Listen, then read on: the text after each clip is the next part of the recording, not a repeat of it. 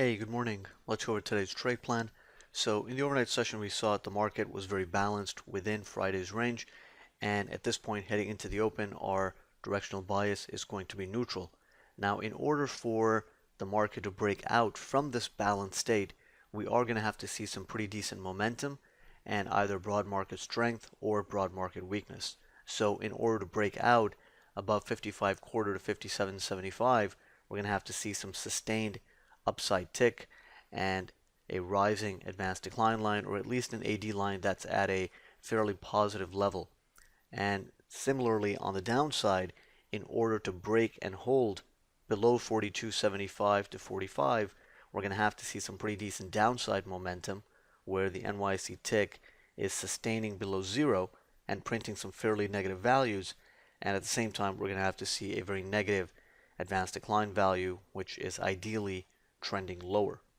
So in the event that the market tries to break down below initial support, and let's say it does so on a lack of momentum, and the AD line is not that negative or showing a positive divergence, then it could turn into a failed breakdown attempt, and the market might simply expand the current balance. So it may actually just go down to 40.5 or fill the gap at 38.75 and then turn back around. So in real time, we need to gauge the state of the market and figure out whether the underlying conditions are there that support directional movement or that are necessary for directional movement. And if those conditions aren't present, then we could get more of a choppy type environment. We might not get a sustained directional move. So that's something to be cautious of on today, simply because the market is extremely balanced. On the upside, a breakout above 55 quarter 57.75 would at least be in alignment with the up move that we saw on Friday and the reversal from Thursday. So on the upside, we still have to see all those signs. We still have to see decent upside momentum, but that might only carry you into the 68.5 to 71 resistance zone, at which point responsive sellers can step back in. And we'll have to see a lot more in order to get to the next area at 78 quarters, 79.75, which marks a range extreme. And it's a low odds zone for today. 68.5 to 71 is higher odds in the event that we actually get a pretty decent upside breakout. On the downside, below initial support, we have that high volume node at 40.5, which can be defended. And in the event that we are going down on strong downside momentum, we'll be careful at the 33 quarter, 34 quarter zone. The 29.5 to 31.5 is still an area that can attract responsive buyers, and in the event of a breakdown below initial support, the market will also be exhausting the range into 29.5 to 31.5.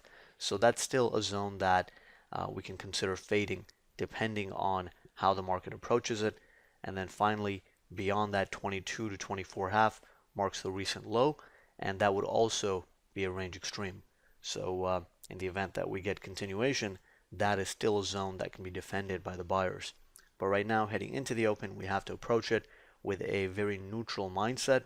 Understand that the market is in a very balanced state, and we need to see something quite clear in the underlying internals and momentum situation in order to get a sustained move away from this balance, in order to get a real balance breakout above initial resistance or a balance breakdown below initial support.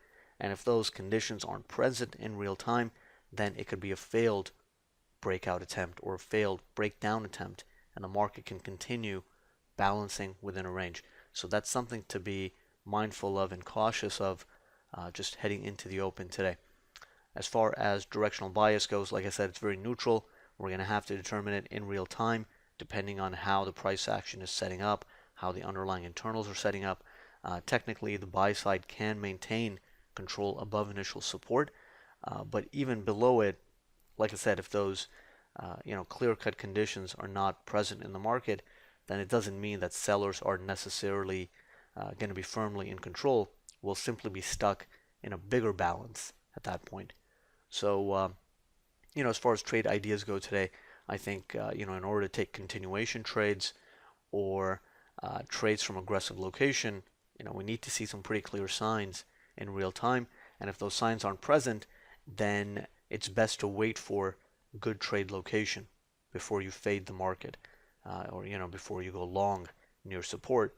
Then you have to wait for it. Or if you're going to short at resistance, then wait for the right spot, and don't get involved in the middle of the chop or in the middle of the range, because you can easily get stopped out, and it doesn't really mean anything. It has no real change to the market if it stops you out, if you're getting involved in the middle area in the chop.